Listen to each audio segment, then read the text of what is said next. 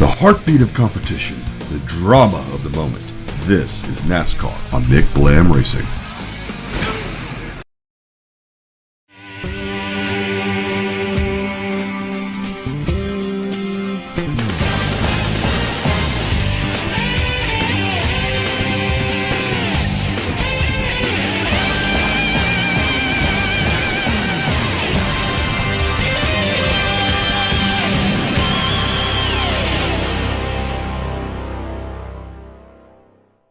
America's best drivers, nearly one-third of the way through the NASCAR chase for the Winston Cup Championship, gather tonight in front of a sold-out crowd here at Richmond International Raceway for some short-track chaos, competition, and confrontation under the lights on a Saturday night. And speaking of chaos, I'm your commentator and driver of the number 83 MB&A Chevrolet for Team KAOS Racing, Mikey McBlam.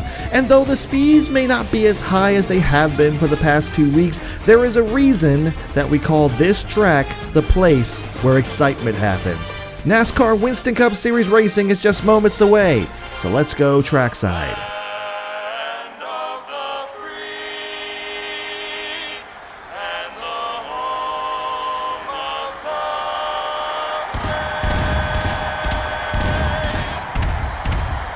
Gentlemen, start your engines.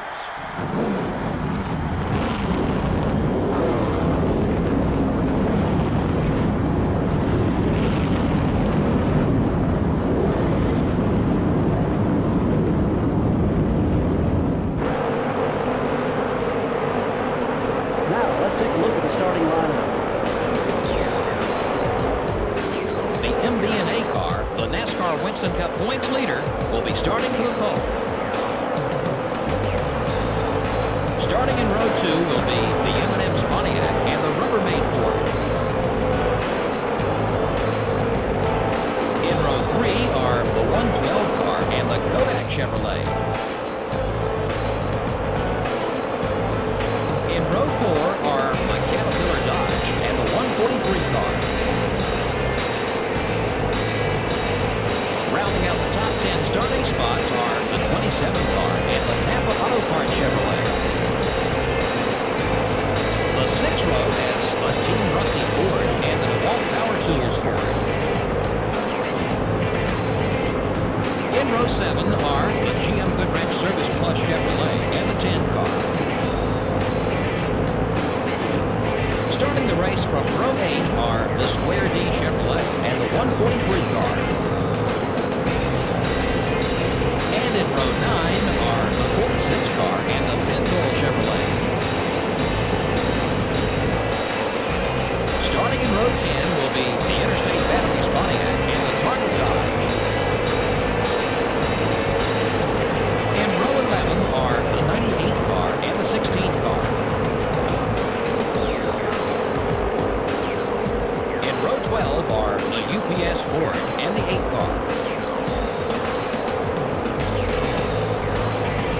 Row 13 finds the Sprint Dodge and the Mark Martin Ford. The 14th row has the DuPont Chevrolet and the Haviland Ford. In row 15 are the Dodge Dealers UAW Dodge and the Dodge Dealers UAW Dodge. Starting the race from row 16 are the Alltel Ford and the Citgo Ford. Row 17 has the Motorcraft Ford and the Ganassi Racing Dodge. Starting in row 18 will be the Kellogg Chevrolet and the 63 car. In row 19 are the Lowe Chevrolet and the Tide Ford.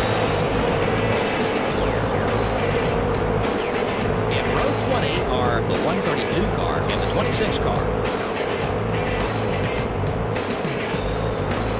Back in row 21, we have the 31 car and the UAW Delphi Chevrolet.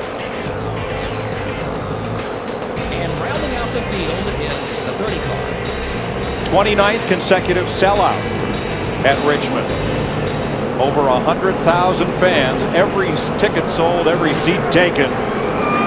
If last night's Busch race won by Kevin Harvick over Jeff Burton was any indication, this will be a great one too. DW, it's Saturday night, and we love Saturday night parties. Let's get this party started. Reach up there and pull those belts tight one more time, baby. Boogity, boogity, boogity. Let's go racing, boys.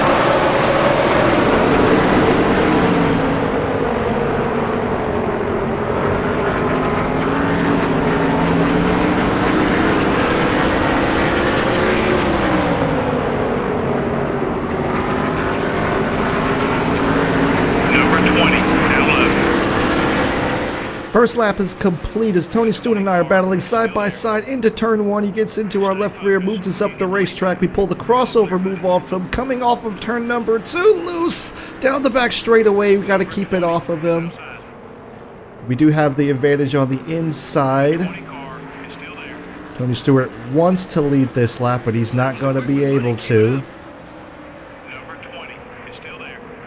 So we're battling side by side coming off of turn number 2. I should have the advantage here.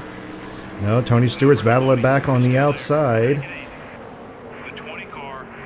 But he's got nothing on us in turns 3 and 4, which appear to be sort of our bread and butter here. We have pulled away from the rest of the field.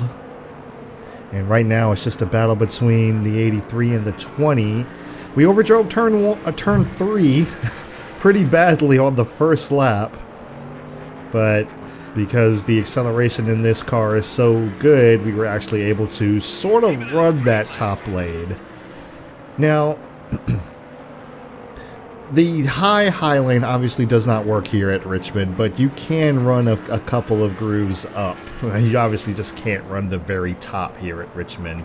It's not like NASCAR Heat 4 or Heat 5, where you could just kind of run everywhere, or, well, not you, but the AI just kind of run everywhere, but you can run a couple of grooves up and still sort of make it work around here, as we got a little bit loose off of 2 that time. We're going to have to fight this car for a little bit until we really get used to the handling here. It's been a while since we've been at Richmond, but it's just like an old bicycle. You just get back on and you start riding it again, and that's not to be taken out of context, by the way. But Richmond has always been one of our better racetracks. We struggled here in the beginning of the career mode, and we did manage to actually get some decent finishes out of it. We did manage to get some decent finishes out of Richmond, but it took a long time for us to get where we are right now. See, I'm running a couple of lanes up. I get just a bit more speed. I can kind of drive it in a little bit harder, let it drift up slightly, but not terribly. But pretty much turns 1 and 2, I gotta kind of run the bottom, because turn 2 is extremely tight. That wall will creep up on you faster than you think it will. Stewart's not letting us get too far though. But like I said, we've struggled at Richmond quite a bit in our first few seasons. I want to say season 3 is when we actually started to really turn it around. And season 4 was just like we were contending for wins at that particular point in time. But that was a great lap, buddy. Yeah, the 2002. Like I said, we didn't finish awful. I'm pretty sure we were still able to finish like at least 25th to 30th. I would have to go back and kind of look at that footage from back in the day and kind of see where I was, but I'm pretty sure that's kind of where I was, like that 25th to 30th range. But as I said, it's been a while since we've been here at Richmond, and it's a whole different feel than any other racetrack, and that's one of the reasons why I like it so much. It drives so much differently.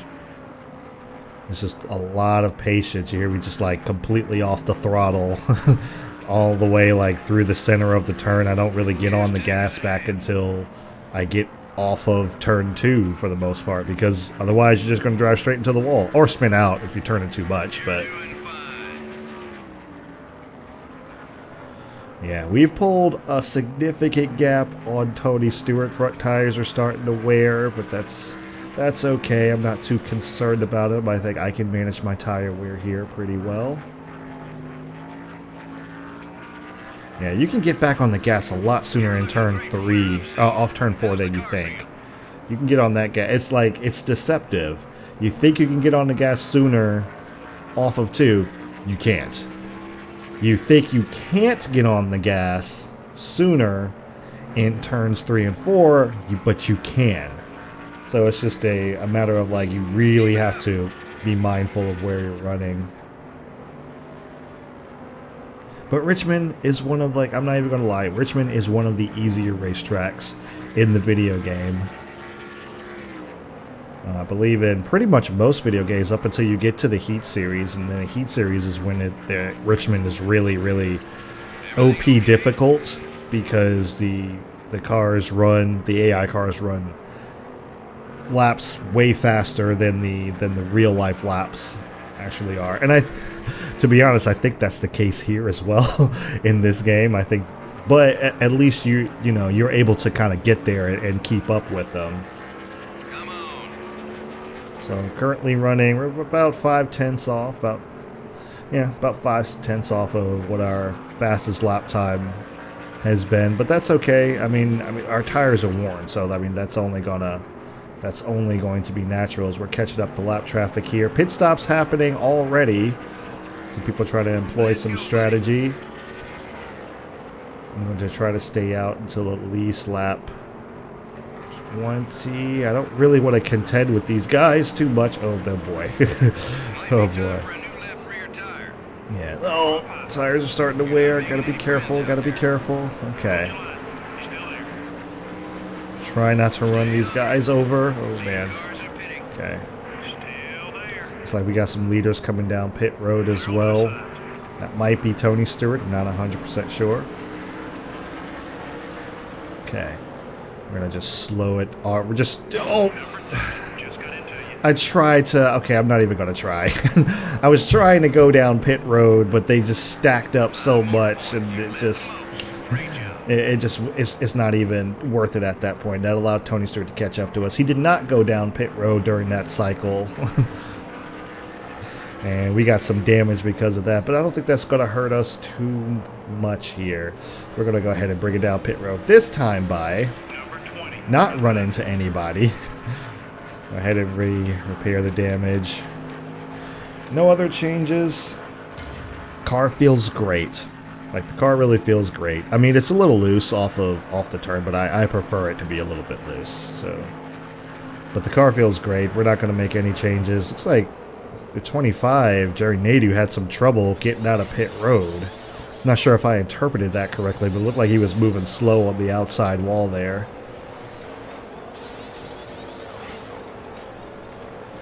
But next set, no changes. 4 tires, fuel. Let's go ahead and get out of here.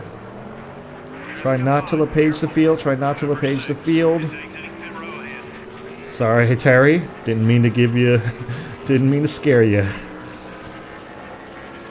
I had to change the underwear a little bit there, but now it starts. Now we're going to have to start dealing with the lap traffic, and that's going to be a problem. Okay. 5 car. Terry Labonte lets us go. Jimmy Johnson coming off pit road currently right now. We're now probably virtual P1. Oh, got some trouble up ahead. Smoke up ahead. Looks like everyone gathered it back up. Go ahead and get around these guys. Slow it down so we don't run them over because they're incredibly slow. As we get to the inside of Kyle Petty, inside of Bill Elliott, maybe. Oh, Mike Brown. We got to the inside of Clark. Mike Brown tried to cover that position, and that's fine. I understand. Like I was diving it in there. I was trying to get a little bit too much, trying to get around these guys as soon as possible. There's Jimmy Spencer coming off pit road as we have now got into P1. Okay, Mike. Mike, you need to, yeah. We're going up the racetrack now, buddy. Okay, inside of Cheryl King in the 144. Alright, we got some clean air for a little while. I'm going to try to put a gap on it as much as possible. Hear those front tires squealing. Trying to get away from these guys. And I'm not sure where second place is, but he is not showing up on the map. And after the madness of the last few races, it's actually kind of nice to get out here and dominate. Now, don't get me wrong. I have had a blast. I have had a blast. Like, we have had a enormous streak going of wins, and not just like just good finishes altogether, even though okay okay, that was part my fault, part his fault there. We got it to Bobby Hamilton. It's alright, we got around him, no problem. But we've just been on this enormous streak of winning races and finishing really well. A couple of bad finishes here and there. Atlanta can't really be avoided. And, you know, Texas was unfortunate. I think we probably could have got a top 5 finish at Texas. Like, no doubt there. I think we really could have got a top 5 finish. But cautions fell the wrong way, and, you know, it happens sometimes. We got Dennis back here. Golly. Had to slow up for the 28. Steve Park's kind of holding up Ricky Rudd here. Okay, try to get to their inside. Oh, excuse me, Steve. Steve was having a good run. This is really unfortunate. Steve was having a really good run for a few races here, and it just seems like he's kind of fallen off, unfortunately. I was kind of hoping he would be able to do really well in the points here, but like I said, he's just kind of fallen off. Getting inside of Johnny Benson. I'm going to put him a lap down. A little bit loose off the turn there. Alright. Ooh, Mike Waltrip. Ugh. Yeah, they're just... It's ridiculous how slow these guys are. It's really ridiculous how slow these guys are. It's like once you have a good enough race car, it's pretty ridiculous. Man, 3 wide off of the turn there. Ooh. It took me a while to get it back, gather back up and going straight, but I managed to make it before I got to the turn, or as I got to the turn, rather. We led the most laps of the race. There's no competition here. No competition here. But like I said, last few races have been amazing. And just... Is that who I think it is up ahead of me? I think somebody's up ahead of me that it's going to feel really good to put a lap down. Left front tire, yeah, definitely can tell that tire wear is happening. Alright, I don't believe it. We got Jamie McMurray up ahead of us, along with what looks like Scott Wimmer. But also... Okay, Jamie. Jamie. Scott. Stay your butt up there, man. I've got a mission ahead of me right now. I've got a mission. I am on a mission to do the unthinkable. And that is to lap in number 88 of Dale Jarrett. I don't believe this is about to happen, but who would have thought? Who would have thought that this moment would ever come? Now, granted, Dale Jarrett has lapped me numerous times, so this will just be one in the various number of wins that he has over me. But this is going to be interesting. I'm trying to pass him clean. I don't want to pass him dirty, because I want him to know who's driving by. 2 laps left to go, and Dale Jarrett, the Robert Yates engine, has just gone 1 lap down. How's it feel, Dale? And I just overthrew the turn. And now he's just up in front of me watching me drive like an idiot. White flag in the air. One more lap to go. We're just going to run the high lane here because we can at this point. Because we can at this point. Down the back straightaway for the final time. In a dominating performance off of 4. Not since Daytona have we been this dominant. We win the Pontiac Excitement 400 with second place nowhere in sight. Nowhere in sight. There's nothing to talk about here. There's nothing to talk about here. Tony Stewart gave us a little bit of a challenge in the beginning, but at the end of the day, nobody had anything for this engine, and the first few laps of the race were probably the most intense. And then of course we have lapping Dale Jarrett, which is a thing in and of itself. But all in all, nobody had anything for us, so this here burnout, this here burnout is our Sunoco race winning moment.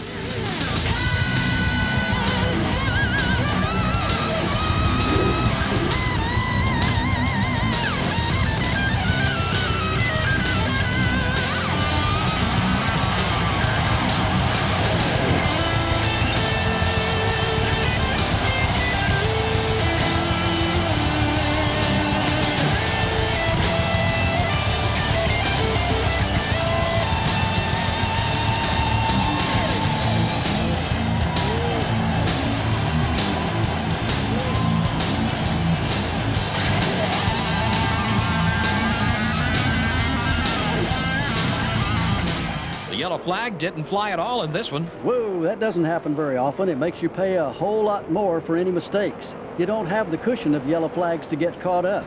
And the 83 car grabs the victory. Well, everything just added up for him in this one. Great car, great team, and oh yeah, great driver too. We're out of time tonight. Thanks for joining us. We'll see you next time. Have a great night. Alright guys, so here are the race results for the Pontiac Excitement 400 here at Richmond International Raceway. We win by a hefty amount. It was just ridiculous domination in that race. Followed by Tony Stewart, who runs in second, Kurt Busch in third, Jeff Purvis. How about that 4-car? He got himself a top 5. Rounding out the top 5 would be Rusty Wallace. I knew he'd get his way up there eventually. Kenny Schrader, who started 3rd, finished 6th in the top 10. Okay, he didn't fall back too much. 7th is Jonathan Wolf, who, wow, he was trekking his way through the field. Matt Kenseth is in 8th. 9th is Kevin Harvick, and rounding out the top 10 is Mark Martin, who came from 26th. And again, lots of comers and goers, except for myself, who was the most important one. Dale Jarrett is in 11th. And here is the rest of the field where you can pick out your favorite driver. I pointed at Dale Jarrett for a reason there. But we'll talk about it. Anyway, winner's purse of $150,000, no caution, 3 lead changes, time of race about 14:55, average speed of 120.6 miles per hour, and the margin of victory over 11 seconds. Ridiculous. And yes, that was Dale Earnhardt Jr. that fell out of the race on lap 17. That's gonna hurt a lot in the points. That's gonna hurt a lot. That's real unfortunate for the 8 car there. But as we go through here, let's see how many cars finished on the lead lap. We know how many it was, but I just want to rub it in just a little bit more. Mark Martin is the last car finishing on the lead lap. Only 10 cars finished on the lead lap, but most importantly, Mr. Jarrett there did not finish on the lead lap. I just want to point that out. Just want to put that out there. Let's move on. And here are the point standings after Richmond, extending our lead even further over Jonathan Wolf, who was in second, 189 points behind. Dale Jarrett moved his way into third, 228 points back. Mark Martin is fourth, 266 points back. And rounding out the top 5 is Tony Stewart, 293 points back. 6th is Sterling Marlin. 7th is Dale Earnhardt Jr., who's fallen out of the top 5 now. Kevin Harvick is 8th. 9th is Ricky Rudd, and rounding out the top 10 is Rusty Wallace, 445 points behind. Let's look at a few things here. KJ Johnson is falling out of the top 10. And looking for Mike Brown. Okay, Mike Brown is steadily dropping back. He's steadily dropping back. He's now 549 points behind the lead. He's got 1255 and 1359. Yeah. He had a good few races, but his finishing has not been all that great. But Jeff Purvis is moving his way up. More to the floor, so that's good for that 4-car. That 4-car's been having some good races here lately. And also Steve Park, who I kind of neglected to mention, but he is 27th, okay, with 811 points back. But he's currently 27th in points. He's had some good races here. He might move up some more. Didn't have the starting position that he should have had, but he's been doing pretty good. Let's go to the awards for the week. We got another pole award. No surprise there, front runner. Yes, of course. Moving up the most spots goes to Jonathan Wolfe. Like I said, he was charged through that field, man. He was charged through the field. He may have been the car to beat. Maybe not. Probably not. He may have been. If he had qualified, he had the track position, he probably would have stayed with us a whole lot more than Tony Stewart did. That's probably a more correct assumption there. We got the fastest lap of the race. Of course we did, because we were the fastest car out there. Rookie of the race goes to Dennis in the 112, and Tony Stewart had the most exciting pass of the race. Did he? Did he pass us at any point in time? I think he did. I don't remember. But you got the most exciting pass of the race. Maybe it happened back there for between second and third. Rookie of the Year honors are still being led by Linda Latiuk. She is now, can't do math, 4 points ahead of Cheryl King. All right, well, the ladies are up here just dominating the Ring Dusters Rookie of the Year. Mr. Kelly's in third. Where is Warlock? Okay, he has dropped back to 6. So Ricky's dropped back to 6. That means that he hasn't been in the last few races here. So that's interesting. The ladies are up here dominating. I mean, nothing wrong with that. Let's go and look at pole awards, of course. 10th pole of the year. No, there was no challenge there. Chevy now extended the lead there in the lead. Extended the lead over Ford. 91 points for Chevy. Ford is in second, 66 points. Dodge in third. I don't know, I can't speak today. I must be tired after that race. Dodge is in third with 44 points. Pontiac in fourth with 41. Lap champion. We're just continuously just racking them up. 147 laps led on this season. This is shaping out to be one of those Jeff Gordon season I was talking about from 2001. That Jeff Gordon season, that's the one I was talking about. That Kevin Harvick season. I hope it's not a Kevin Harvick season, because he still lost. But I mean, he would have won. He would have won handily. He should have won handily. But that's just the system that we have here.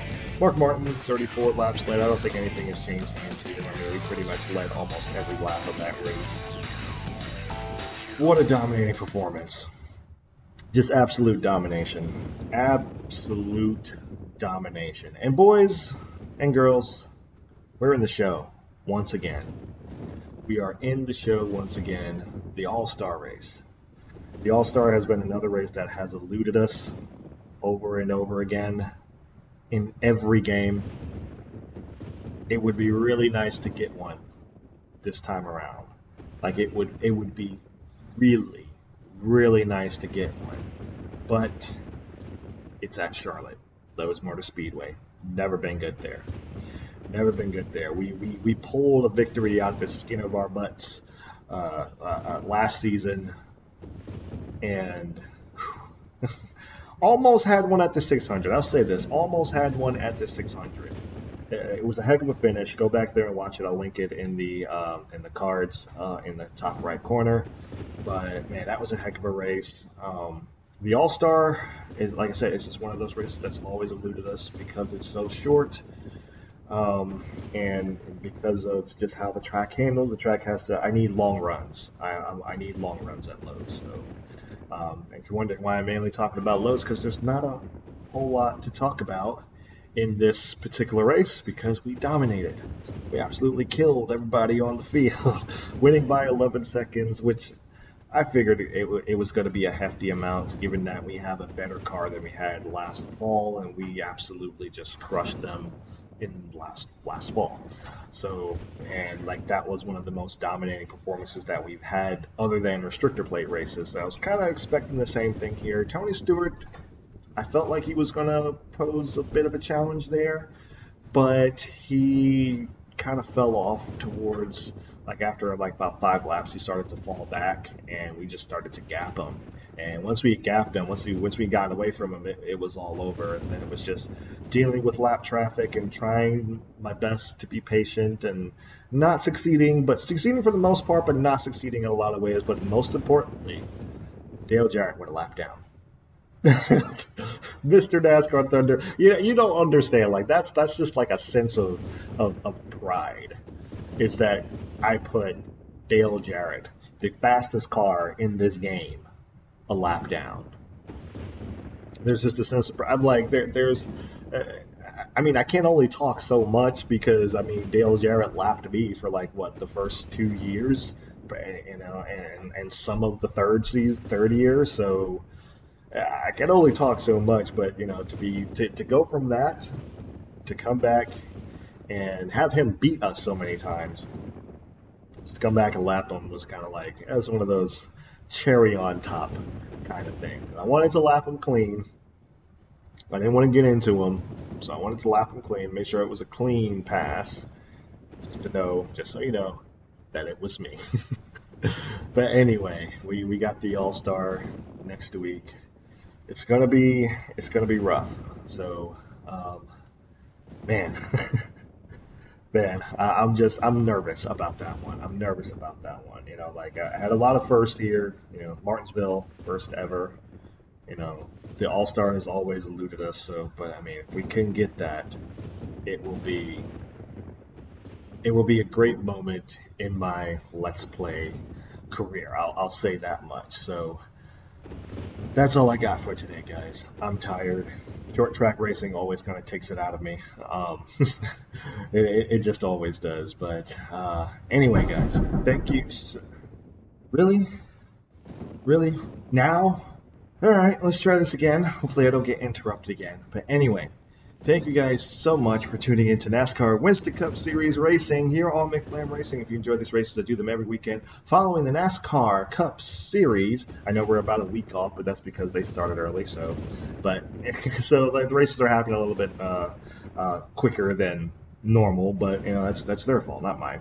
Anyway, subscribe so you don't miss a video. Oh no! Subscribe and click the notification bell so you don't miss a video. Leave a like on the video. Comment down below. What are your predictions for the All-Star race? Can we pull it off? Put in hashtag go for the All-Star. Put in the comment section hashtag go for the All-Star. And I'll see that, and that'll be much appreciated. But like I said, thank you guys so much for watching. I really appreciate it. I always do. And I will see you at Charlotte Motor Speedway.